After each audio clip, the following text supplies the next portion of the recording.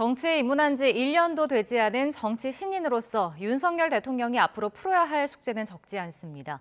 코로나19 등으로 주름진 민생을 회복하고 여소야대 전국 속에서 세대와 이념, 성별로 분열된 민심을 통합하는 일까지 눈앞에 놓여 있습니다. 홍주희 기자가 보도합니다. 검찰총장직을 던지고 대통령에 당선되기까지 딱 370일이 걸렸습니다. 정치 초보 윤석열 대통령이 당선 직후 띄운 승부수는 용산시대 개막이었습니다. 단순한 공간의 이동이 아니라 국민을 제대로 섬기고 제대로 일하기 위한 각오와 국민과의 약속을 실천하고자 하는 저의 의지를 국민 여러분께서 헤아려 주실 것을 부탁드립니다. 제왕적 권력의 상징인 청와대를 나오겠다는 뜻이었지만 집무실 이전을 밀어붙이는 과정에서 여론은 그리 우호적이지 않았습니다. 행정부의 정책 수립과 집행을 조율하는 데 집중하겠다며 능력 중심을 강조한 내각 인선을 공개하고 대통령실 조직은 2실 5수석 체제로 축소 개편했습니다. 겸손하게 각 부서가 일을 잘할 수 있도록 하는 조율과 함께하는 이런 거죠. 현안에 대한 대응하고 공부하고 홍보하는 방식의 슬림화된 대통령실을 만들자는 거 아니에요?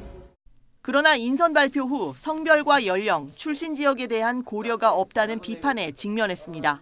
장관 후보자들을 둘러싸고 각종 의혹이 불거지면서 사전 검증이 부실했던 것 아니냐는 지적 역시 피하지 못했습니다.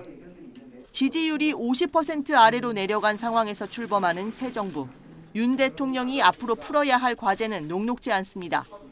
일단 검수완박 법안 처리 등으로 여야 대치가 어느 때보다 격렬해진 상황을 푸는 게 급선무고 민생 현안도 산더미입니다.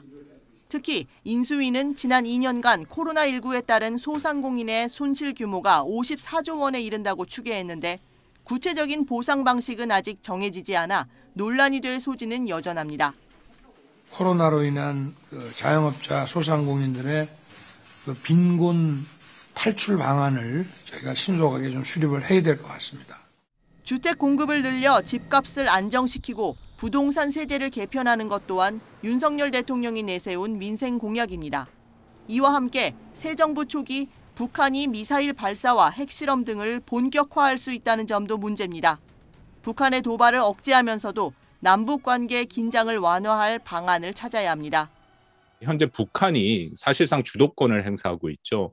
북한이 이렇게 도발을 예고하고 도발을 계속할 가능성이 매우 높고 이미 그렇게 하고 있는데 이것을 중지시킬 방법이 현재로서는 보이지 않다라고 생각이 됩니다.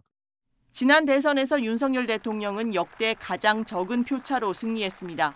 이는 우리 사회 민심이 반으로 극명하게 갈렸다는 뜻이기도 합니다.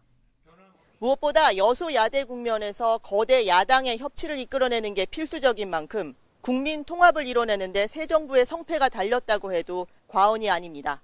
YTN 홍주혜입니다.